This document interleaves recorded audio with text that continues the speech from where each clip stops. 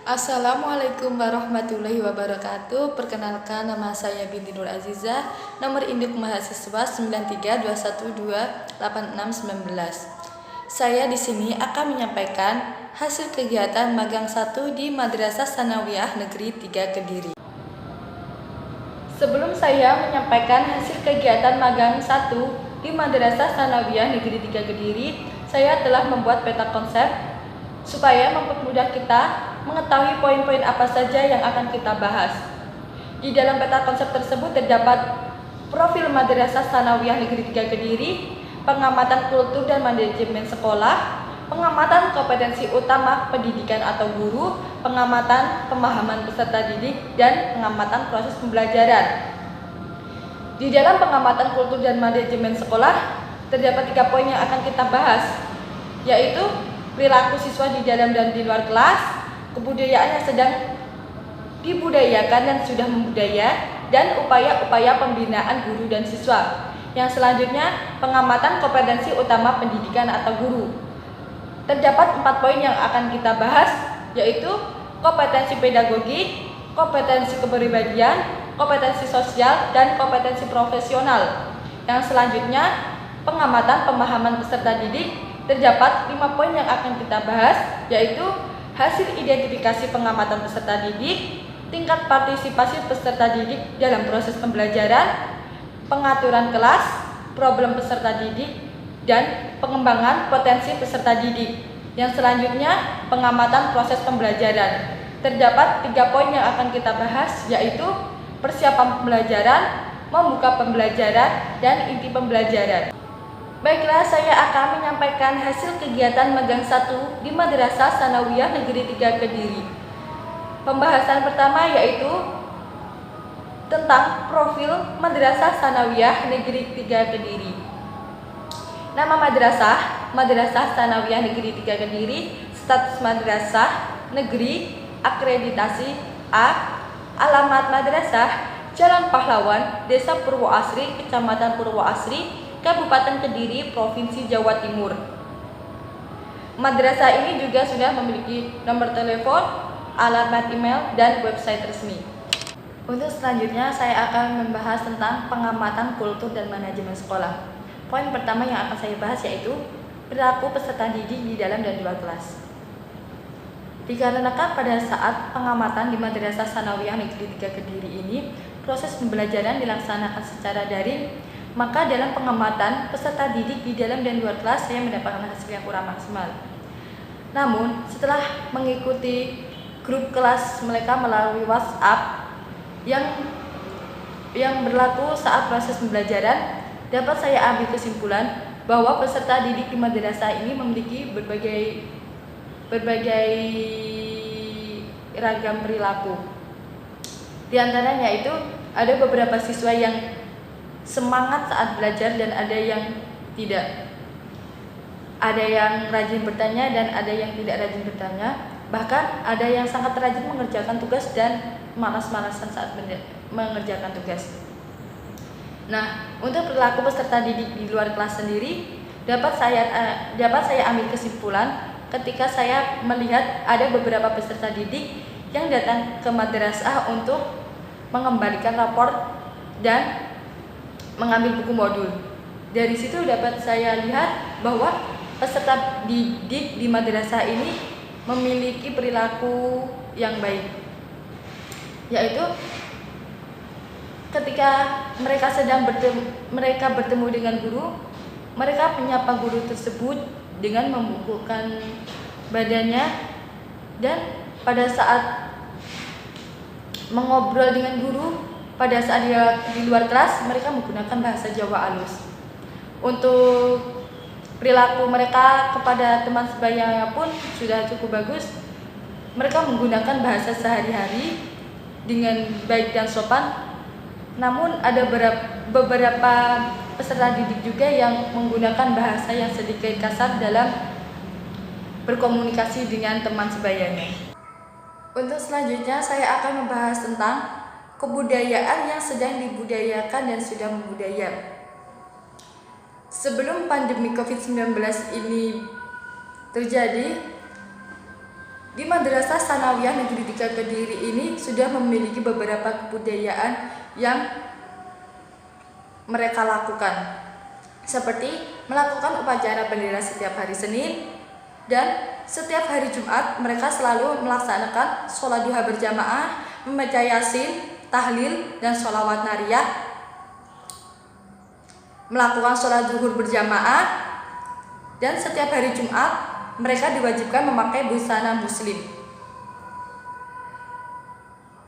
Namun untuk sekarang ini banyak kebudayaan yang tidak dapat mereka laksanakan karena dalam proses pembelajaran dilaksanakan secara daring. Namun ada satu kebudayaan mereka yang tetap dilaksanakan pada saat proses pembelajaran daring ini, yaitu sebelum memulai kelas mereka membaca Al-Quran. Nah, untuk budaya yang dilaksanakan atau dikembangkan pada saat pandemi ini, untuk guru-guru yang sedang mengajar melalui offline atau datang ke sekolahan, guru-guru di madrasah ini harus menaati protokol kesehatan. Itu termasuk kebudayaan baru yang harus mereka budayakan. Selanjutnya saya akan membahas tentang upaya pembinaan guru dan peserta didik.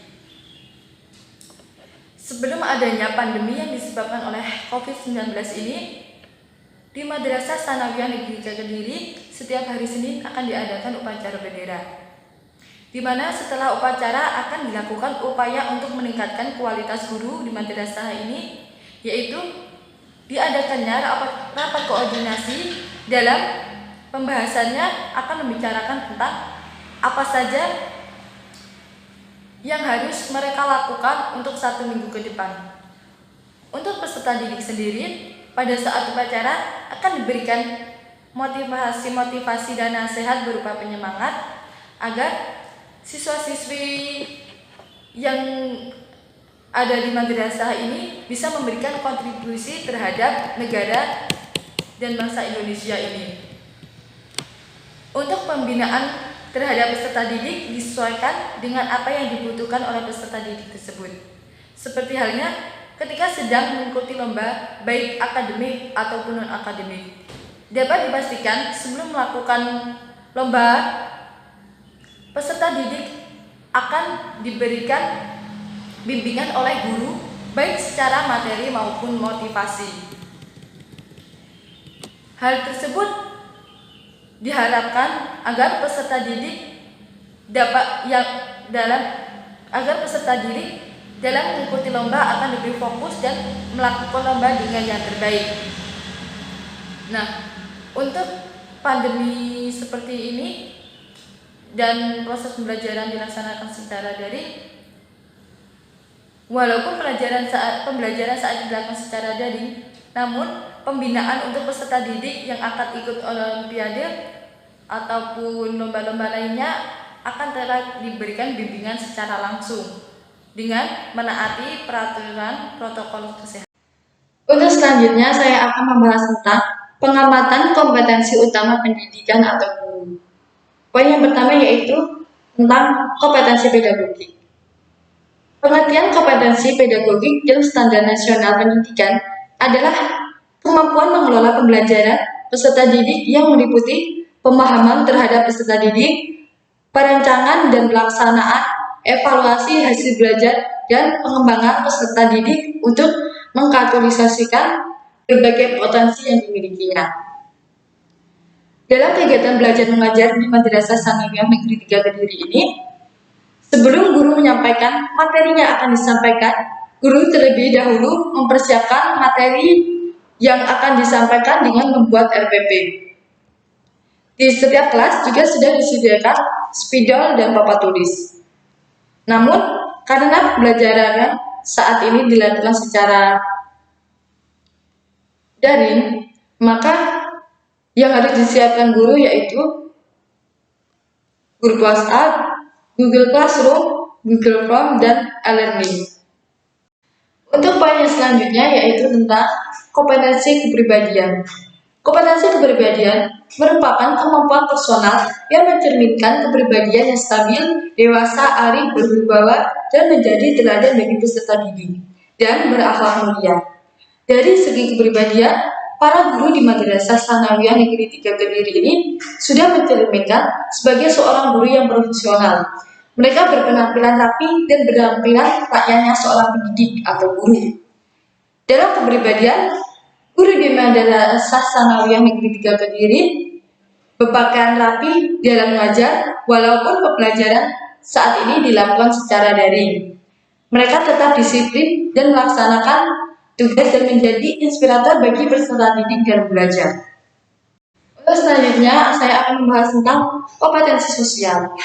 Kompetensi sosial merupakan kemampuan untuk berkomunikasi dan bergaul secara efektif dengan sesama pendidik, peserta didik, tenaga kependidikan, orang tua atau wali peserta didik. Guru sangat memperhatikan bagaimana tata cara berbicara pada peserta didik dan berusaha tidak membeda-bedakan antara ras dan suku. Poin yang selanjutnya yaitu kompetensi profesional. Proses belajar mengajar tidak lepas dari peserta didik dan guru. Guru di Madrasah Tsanawiyah Negeri 3 Kediri ini dituntut untuk profesional dan berwawasan luas. Saat menyampaikan materi, guru harus menjelaskan dengan bahasa yang mudah dipahami oleh peserta didik. Selain itu, guru juga harus sering mengaitkan materi dengan kenyataan yang ada di lapangan. Karena pengetahuan guru inilah yang sangat penting untuk mengupdate materi-materi yang sudah berkembang di lapangan. Untuk pembahasan selanjutnya itu tentang pengamatan pemahaman peserta didik. Poin pertama yang akan kita bahas yaitu hasil identifikasi pengamatan peserta didik. Dikarenakan pada saat proses pengajaran dilaksanakan secara daring, jadi untuk mengetahui karakteristik peserta didik di madrasah ini, saya memiliki banyak kekurangan. Pada saat penelitian karakteristik peserta didik yang ada di madrasah ini, saya amati ketika peserta didik datang ke madrasah untuk mengembalikan rapor dan mengambil buku modul. Dari sinilah saya dapat mengetahui karakteristik peserta didik yang ada di madrasah ini. Karakteristik setiap orang pasti berbeda-beda. Seperti halnya karakteristik yang ada pada peserta didik di Madrasah Tsanawiyah Negeri 3 Kediri ini. Peserta didik di sini memiliki banyak karakter yang beragam. Ada yang mempunyai karakter pendiam, karakter yang banyak bicara, usil kepada temannya, dan ceria. Pada saat pembelajaran daring, ada peserta didik yang sangat aktif dan tidak aktif dalam menanggapi pertanyaan dari guru. Peserta didik juga banyak yang hanya absensi, namun ketika guru menjelaskan dan bertanya mengenai kepahaman atas materi yang telah disampaikan, peserta didik cenderung diam. Poin selanjutnya yaitu poin tentang tingkat partisipasi peserta dalam proses pembelajaran.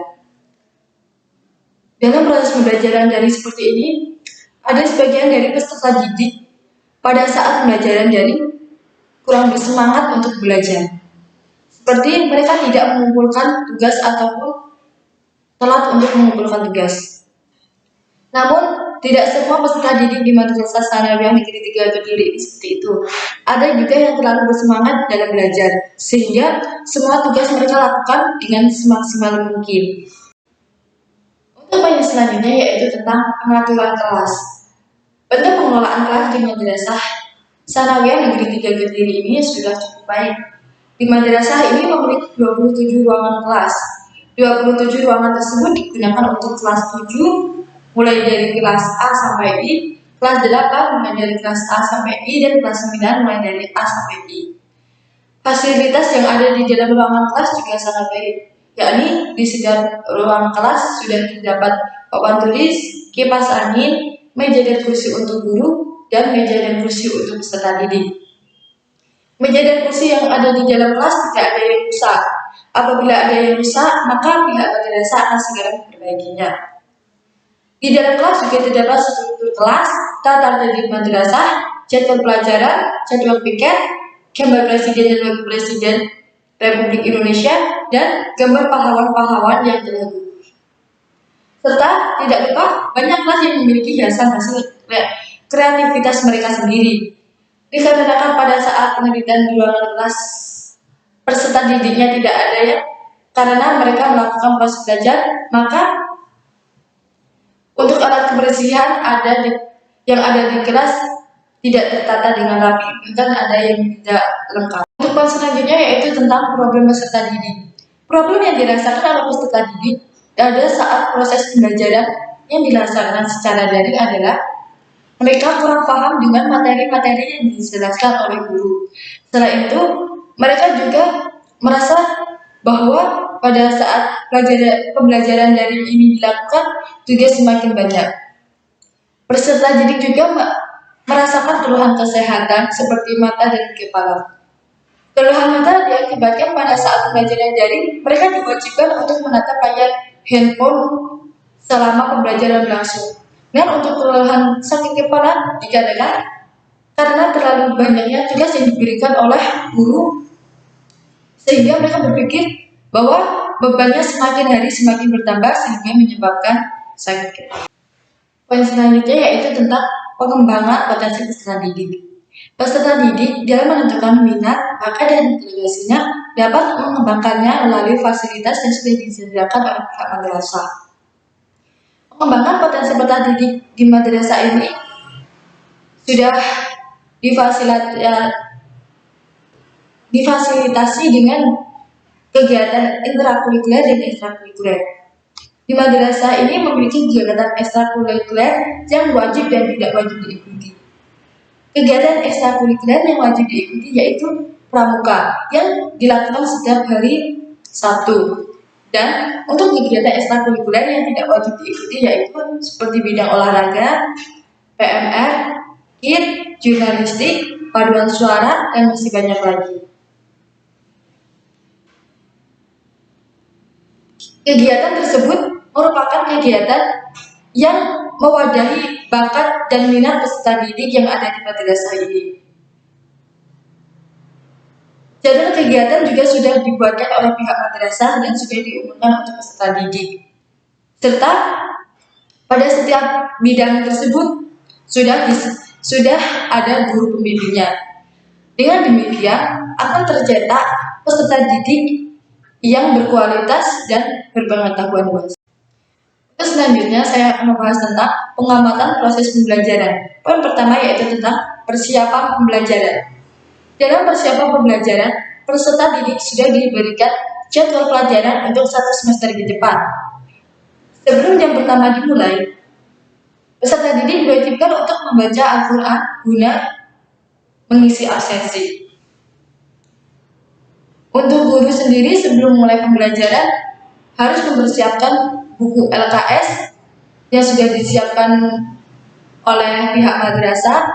Guru juga harus membuat RPP atau RPS karena pada saat ini proses pembelajaran dilaksanakan secara daring, maka guru harus menyiapkan media apa saja yang harus digunakan pada pembelajaran seperti grup WhatsApp, Google Classroom, Google Form atau e-learning, bahkan YouTube. Untuk peserta didik sendiri, sebelum proses pembelajaran berlangsung, mereka harus mempersiapkan media apa saja yang akan digunakan, seperti mempersiapkan HP, menghidupkan data seluler, dan mempersiapkan buku modul yang diberikan dari pihak sekolah, dan alat tulis guna untuk menunjang apa-apa yang telah disampaikan oleh guru. Untuk poin selanjutnya yaitu tentang membuka pembelajaran. Dalam membuka pembelajaran, guru selalu mengucapkan salam terlebih dahulu.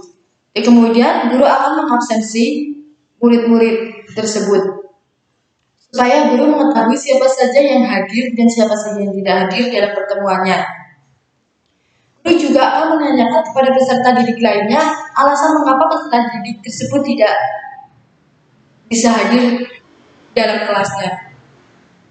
Guru juga selalu memberikan motivasi penyemangat kepada peserta didik. Guru juga akan mengulas materi yang telah disampaikan pada pertemuan sebelumnya agar peserta didik ingat tentang materi tersebut. Untuk poin selanjutnya yaitu tentang inti pembelajaran. Dalam inti pembelajaran, untuk pertemuan pertama sebelum mulai pembelajaran, guru akan menyampaikan RPP yang telah dibuat dengan sedemikian rupa. Guru menerangkan materi mulai dari bab awal dan peserta didik diberitakan untuk mempelajari materi yang ada di bab tersebut.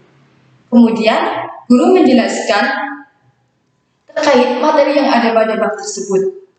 Setelah materi yang ada di bab tersebut habis, guru akan mengulas kembali supaya peserta didik mengingat materi yang telah diajarkan pada pertemuan-pertemuan yang telah berlalu.